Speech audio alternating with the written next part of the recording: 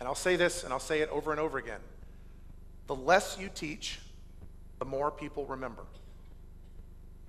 The less you teach, the more people remember. The more you teach, the less they will remember. It's how our brains work.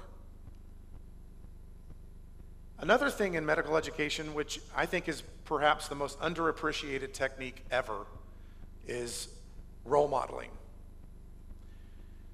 For those of you in education who work clinically and teach clinically, you go home from a day and you know, I've gone home from my shifts in the emergency department many times, and I thought to myself, you know, I love to teach. I didn't teach anything today. Too busy. I didn't get around to it. You ever had days like that where you just weren't into it? And maybe you left not feeling good about it? Well, what I realized over the course of many years is that even when you don't think you're teaching, you're teaching. You're teaching all the time. You're on stage all the time if you're teaching learners. Every second of the day you are on a stage and they are watching you. It's very powerful. So Mike Rolnick, my mentor, taught me just by role modeling that you should care about the lives of the students, what they do, where they're from. He role modeled that. He didn't have to teach it to me. I just saw it happen. And many of you have similar things in your lives. Students learn medicine, and any other field really, by watching people who do it already talk about it. So this guy here on the left is an attending or specialist in emergency medicine, and 2 residents right here. And all he's doing is talking about his own thought process, how he got to the diagnosis, what he would do to treat the patient. He didn't have to draw it on a board. He didn't have to email it. He didn't have to make a PowerPoint lecture. This works. It's been proven that role modeling works as a teaching tool, yet we do it every day and don't think it's a teaching tool. So just when you think you're not teaching, just remember, when students and learners are looking at you, they're learning. They're learning how you do everything. And the science behind this is actually pretty real.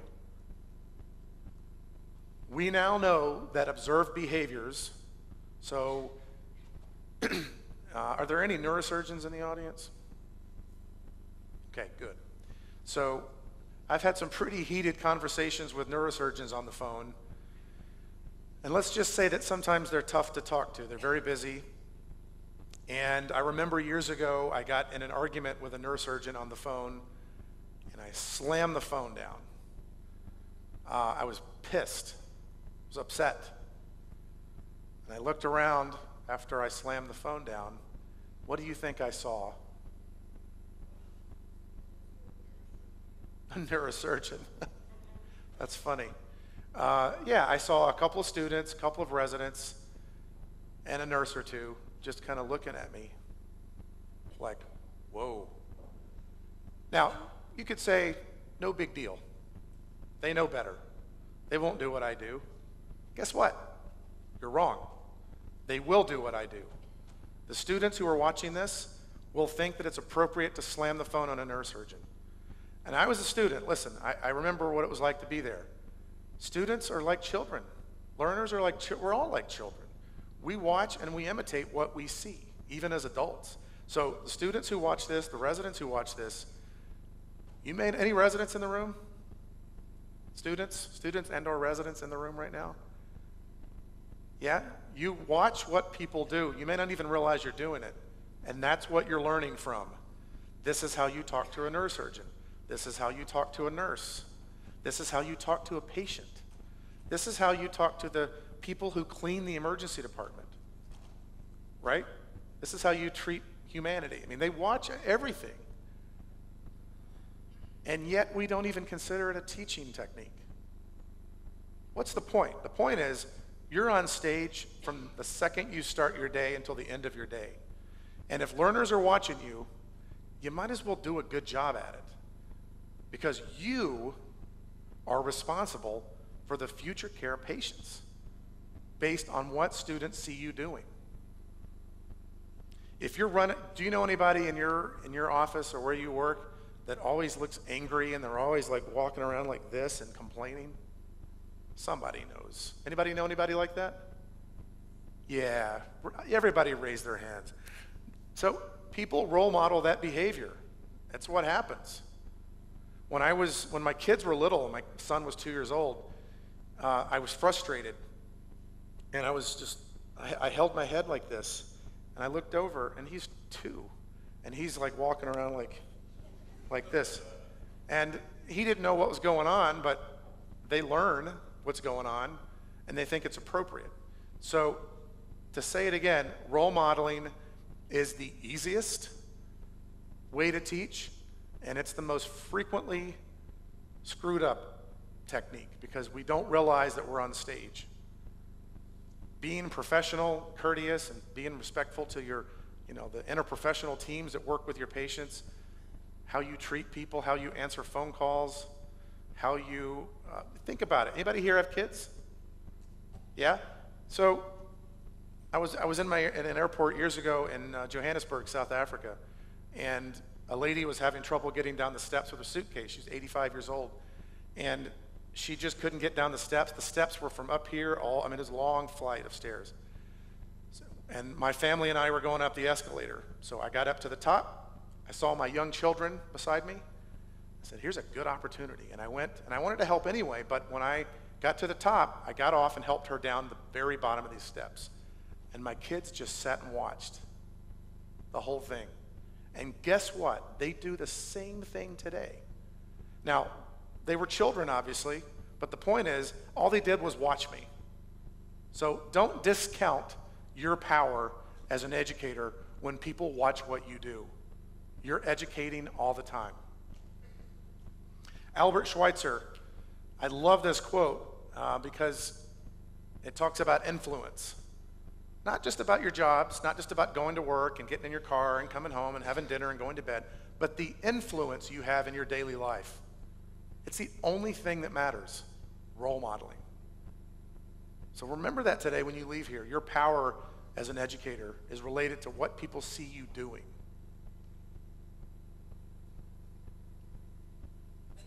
Here's another thing that relates to the whiteboard teaching. This is something we refer to as trying to drink from the fire hydrant. We try to teach too much. If I have a case in the emergency department and I'm excited to teach about it, and there's 5 things I want to teach about it, what do you think I should do with those 5 things I want to teach about it? I trim it down to one thing, just one thing. Remember, the less you teach, the more people remember. So I've stopped trying to spray down my learners with all these great teaching pearls. Because guess what? Our job as an educator is not to give them information to begin with. They're going to get that on their own. Our job is to motivate and inspire. But if you do teach, give them one thing, just one valuable thing. Teach like a sniper. Deliver one teaching point and be finished. That's it. And then move on to the next patient, the next case. That is so much more effective than teaching for 20 minutes and trying to give them 5 take-home points. How many do you think they will remember out of 5? 0. Give them 1, teach for a minute or 2 at the most, and move on. What about feedback? Who here loves to give feedback? Really?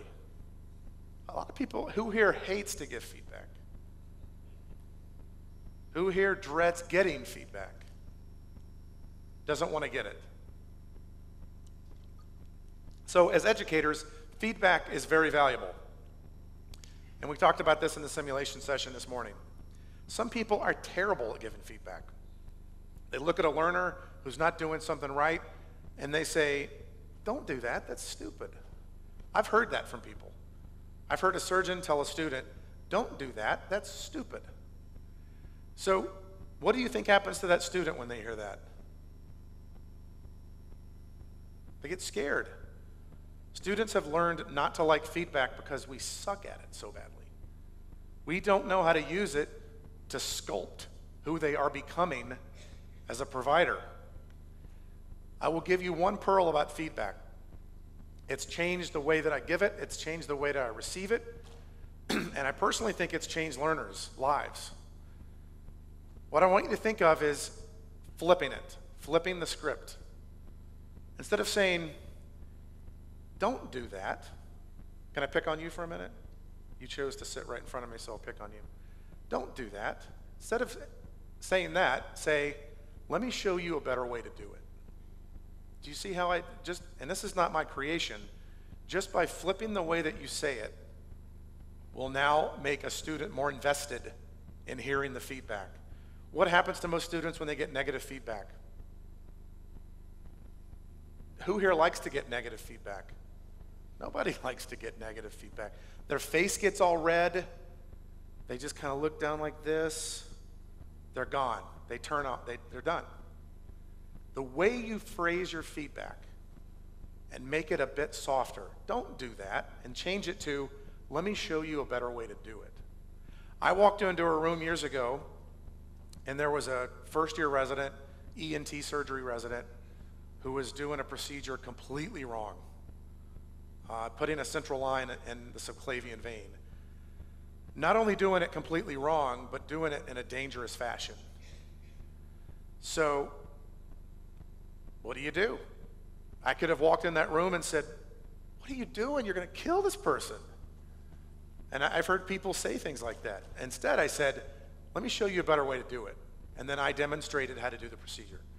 I want you to just think about the way you give feedback and think about the way you phrase it. If you change the way you phrase it, you change the way they receive it. And not only that, the feedback actually changes who they are. It's a teaching technique. And get this, they'll provide better care for patients in the future. Does that make sense? It works. Giving good feedback matters. Who here is on Snapchat? Not right now, but like ever. I don't think Snapchat's that big. And is it growing in Turkey? Is it? Yeah? Because we're going to talk about one of the things that educators do not understand about learners, and that is social media. Okay, we'll skip through Snapchat because I think it's just a way of, ultimately just a way of having fun. Instagram, who here is on Instagram? Okay. Who here is on Facebook? And what about Twitter? Okay, there's a few others. There's only a couple of hands went up for Snapchat. Here's the reality. Not so much Twitter, much more so Instagram, and a little bit of Snapchat, but mainly Instagram. This is where, I want you to listen really carefully. If you're an educator and you have no hair or gray hair, you know who you are, the older educators. This is where learners live. I'll say it again. This is where learners live. Get used to it. Don't fight it. Don't try to get them off of it. Don't get frustrated. It's just the way life is. They are on social media. So you have two options. You can put up with it and say, okay, fine. Or you can learn ways to teach on these platforms, which we won't really talk much about now. The point is, you have to, as an educator, you absolutely have to know the space that your learners live in. All right? Students and residents, raise your hands again. Do you listen to podcasts? Anybody? Who listens to podcasts? Who listens to podcasts at twice the speed? So this is happening all over the world. Students' attention spans are so short, and I don't know if you know this, on a podcast, you can actually speed up the rate of speech to 1.5. You can actually slow it down, but you can do 1.5 or twice. They won't even listen to your voice as an educator at normal speed. Is that not depressing? They think we're slow. Maybe we are. They want to go faster. They want to go to social media. They want to watch videos at their own pace. They want to rewind you. They want to fast forward you. They want to come back to you later. They don't want to read a book chapter. right? They live in a space that we absolutely have to understand, or we will not understand who they are as learners, and we will not be effective at motivating them. Educators who understand learners and where they live are more effective. Now, let me be cautionary tale. Don't creep on your learners' Instagram accounts and try to friend students and be inappropriate. That's not what I'm saying. But understanding the space they live in will make you a better educator. So if you've been fighting the urge, I don't need Facebook, I don't need that Instagram stuff, you should look into it. Because what's at stake is patient care. It all backs up understanding learners, being more motivating and inspiring, making them want to be better. My professor understands me. These things ultimately get translated to patient care, believe it or not. Okay? Now, when we talk about social media, we're not talking about this crazy person. And I've done my very best not to mention it, but I've only got one slide. And we're definitely not talking about this crazy person. Way too much Twitter. Ineffective. So this is the part of social media that is the bad part. All the stupid fluff, the stuff that doesn't matter. We're talking about learning where your students live and learning how they think.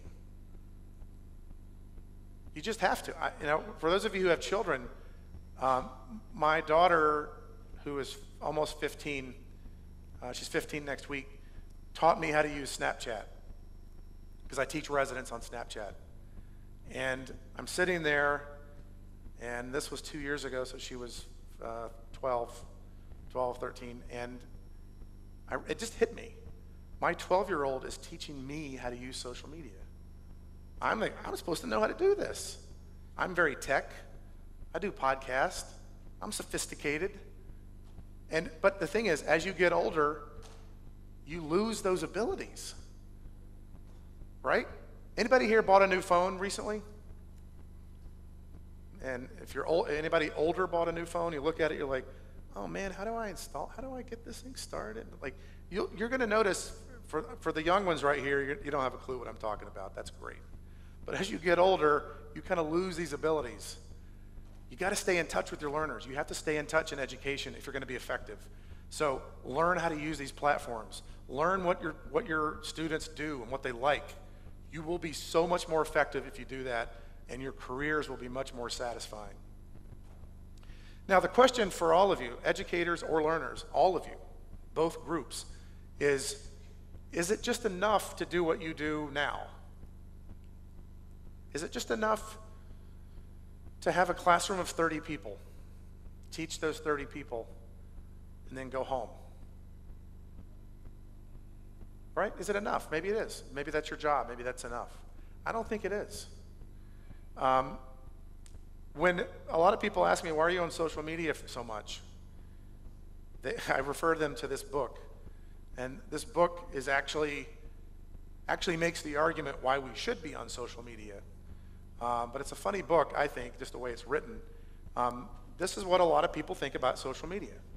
It really is.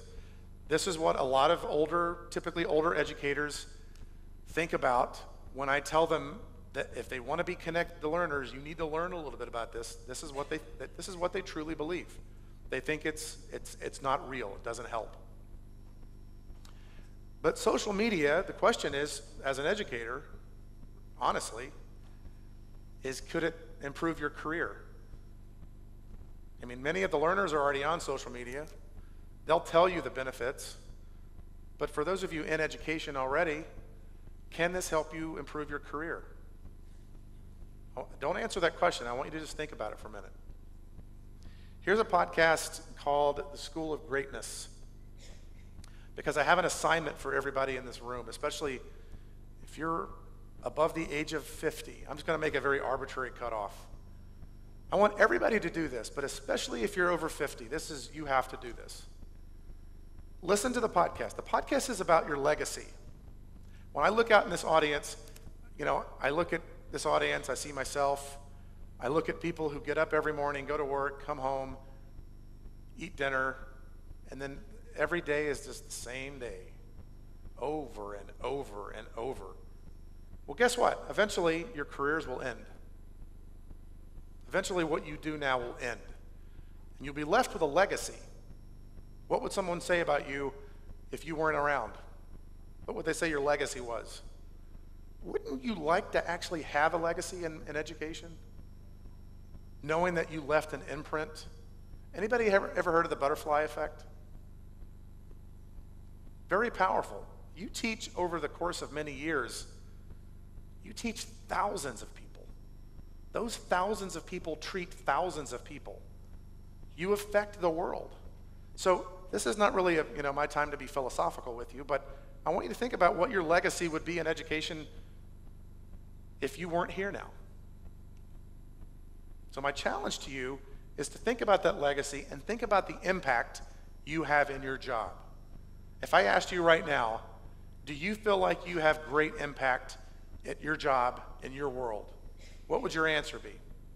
Some of you would not know how to answer that question. Some of you would say, I don't think it's very great. The question is, what are you doing to improve it? Now, this is a picture taken in the US. Ultimately, I hope to live to be this guy's age. Someday, when I'm sitting here in the state of Kentucky where I live, and I look back at my career, I would have hoped that in education I made a difference. So the things that we're talking about now, and the things that I'll talk about in a minute, are things that I firmly believe make a difference. It's not just fun teaching techniques. It's not just fun being on Twitter.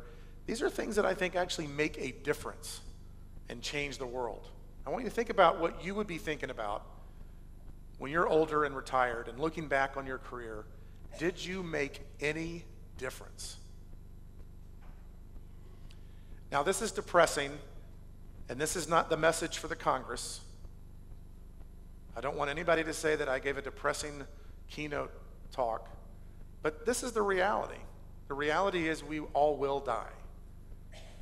Your job in education is to make a difference. So if you look through different lens the next time you go to work, think about that. What is your legacy? Now, we'll talk about Twitter.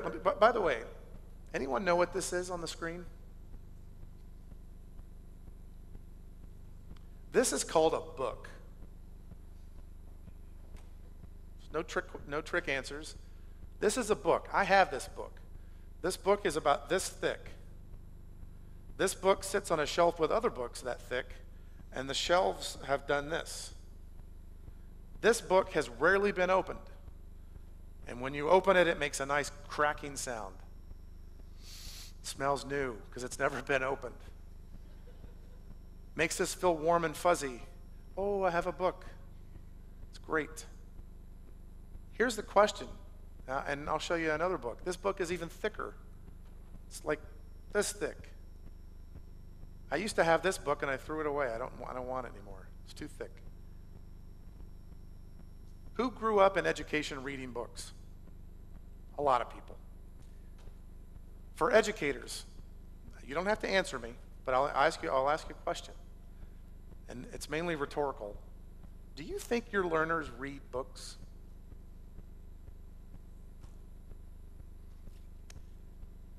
So, a little more than rhetorical. I'll give you the answer. The answer is no. They do not. Do they read? Yeah, they read. Do they never read textbooks? No, they'll sometimes, if they have to look up something, they'll look up something. But when I was a resident, I read Rosen's Emergency Medicine 3-volume twice in a 5-year period. One of the most painful experiences of my life. This thick twice, because I thought I had to. As an educator, if you look at these things and think learners go to them, you are wrong. They're not reading them. So what are they doing? They're listening to podcasts. They're going to blogs. They're watching YouTube videos. They're on Vimeo. They're on social media. They're on all of these different platforms. They learn differently than we learned. So you should know that as an educator. As an educator, if you think they're in these books, you've lost the game. You've lost. They're not there. When you talk about educator development, this is what happens in many countries, in fact in the US as well, what we call the silo, the silo phenomenon. So if I am an assistant professor and I want to be an associate professor, and then I want to be a full professor, and I've done all of those, the traditional way of doing it is to just walk a straight line. How many years does that line take to walk? 10, 15, 20, depends on where you are. And we have traditionally worked by ourselves, writing papers, getting grants, teaching, doing research, pretty much by ourselves. Social media opens that up. And if used the right way, accelerates the development. Faculty development, which is really nothing more than a term for all of us wanting to be better at what we do, is outdated. That system is outdated. The system without social media is outdated, and I'll tell you why I think this is important. I apologize for this picture. I'm not very photogenic. It's just the way it is. It's fine. So here I am in the middle, and this is called, and I'm interested to hear if you've ever heard, this is called a personal learning network. Has anyone ever heard of this phrase before? A few people? Okay, what's the point? The point is, because my wife asked me where I meet my friends, and I tell her online. And she says, ooh, online, all right. So I met all of these people on Twitter, all of them. And I'm good friends with them. And I've spoken at conferences with them. I've written papers with them. I've done podcasts with them. So here's how it works. I'm the guy in the center. I figured out what I was interested in, started following certain people. They followed me back. This takes years to happen. And over the course of a period of time, I've learned that if I want to learn ultrasound, then I would learn it from Matt Dawson and Mike Mallon. If I wanted to learn evidence-based medicine, I would learn it from Simon Carley. If I wanted to learn simulation, I'd learn it from Jesse Spur and Victoria Brazel. People all over the world. So I picked what I want to learn and follow these people. And I'll show you what happens if you do this. Jesse Spur is a great example. He's a brilliant nurse educator in Australia, has a great simulation podcast. He's one of the best educators on the planet, one of the nicest people on the planet. But in 2013, when I was at a conference in the Gold Coast of Australia, he really hadn't done anything yet. He hadn't really gotten started. And he was just getting started on Twitter, didn't know what to do with it, didn't know how to use it clinically. And I sent out this tweet. I think this was in 2014, I think, yeah. And I just was asking people, what has happened to your career as a result of Twitter? Some people said nothing. Other people said a lot. And I got a lot of responses. He sent me back a very nice email in 2014, and since then, he, again, has become one of the world's leading authorities in simulation education. He's invited to speak all over the world because he got involved in Twitter. I'm not kidding. So he sent me a very nice email. He just said, I wanted to thank you for getting me involved in the conference and social media. Since you got me involved, a couple of things have happened. In the first 6 months of being on Twitter, because he was engaged, because he wanted to find out who people were, because he was interested in growing and developing, because he was interested in breaking out of the mold of just walking like this through your faculty development. He did all of this in the first 6 months. And since then, we don't even have enough time to talk about what he's done. It's amazing, all because he got engaged and interacted with people on Twitter. So if you do it the right way, it works. You meet all these people around the world on Twitter, and it's, I mean, It's fascinating. Many of the people I've met on